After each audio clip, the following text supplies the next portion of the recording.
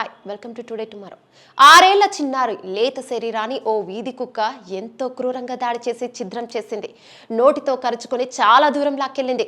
దాడి చేసిన సమయంలో అక్కడ ఎవరూ లేకపోవడంతో బాలుడిపై కుక్క విరుచుకుపడి ఒళ్లంతా రక్తసిక్తం చేసింది. ఈ కుక్క దాడి చేసిన టైంలో ఆ పిల్లాడు విలవిలలాడిపోతూ ఆర్ధనాదాలను చేశాడు. అందుకు సంబంధించిన దృశ్యాలు సీసీటీవీ కెమెరాలో రికార్డయ్యాయి. రాజేంద్రనగర్ పరిధిలోని నంది ముసలాయిగూడలో దారుణం చోటు చేసుకుంది. 6 ఏళ్ల బాలునిపై ఓ వీధి కుక్క దాడి చేసింది. ఈ దాడిలో చిన్నారి శరీరం ఛిద్రమైపోయింది.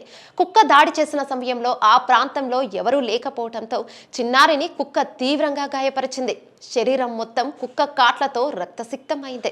దాడి సమయంలో ఆ చిన్నారి విలవిలలాడిపోతూ పెట్టిన ఆర్తనాదాలు అక్కడే ఉన్న సీసీటీవీ కెమెరాలో రికార్డయ్యాయి. ఆ వీడియోలు చూస్తుంటే గుండెలు చివుక్కుమంటున్నాయి. ఆ చిన్నారి లేత శరీరం మొత్తం పడిన కుక్క ఘాట్లను చూస్తుంటే కన్నీళ్లు రాకమానవు.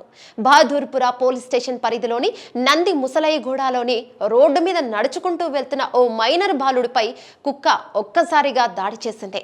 అయితే ఆ కుక్క దాడి చేసిన సమయంలో అక్కడ ఎవరూ లేకపోవటం, భయంతో చిన్నారి కింద పడిపోవడంతో పారిపోయేందుకు ఛాన్స్ కూడా లేకపోవడంతో కుక్క రెచ్చిపోయింది. ఇష్టమున్నట్లు కొరుకుతూ శరీరం అంతా గాయపరిచింది.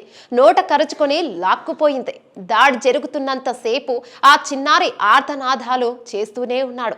కానీ దురదృష్టవశాత్తు అక్కడ ఎవరూ లేకపోవడంతో చిన్నారి పరిస్థితి దయనీయంగా మారింది. కాసేపటికి అటుగా వెళ్తున్న వాళ్ళు చిన్నారి అరుపులు విని కుక్కను వెళ్ళగొట్టారు. కానీ అప్పటికే బాలుడిని కుక్క చాలా వరకు గాయపరిచింది. ఒళ్లంతా రక్తసిక్తమైన బాలుడిని హుటాహుటిన ఆసుపత్రికి తరలించారు. బాలుడిని పరిశీలించిన వైద్యులు పరిస్థితి విషమంగా ఉందని చెప్తున్నారు. అయితే బాలుడికి తల్లి లేదు. తండ్రి దగ్గరే బాలుడుంటుండగా తనను కూలి పని చేసి జీవనం సాగిస్తూ పిల్లాన్ని పోషిస్తున్నారు. ఈ ఘటనపై కేసు నమోదు చేసిన పోలీసులు దర్యాప్తును చేస్తున్నారు.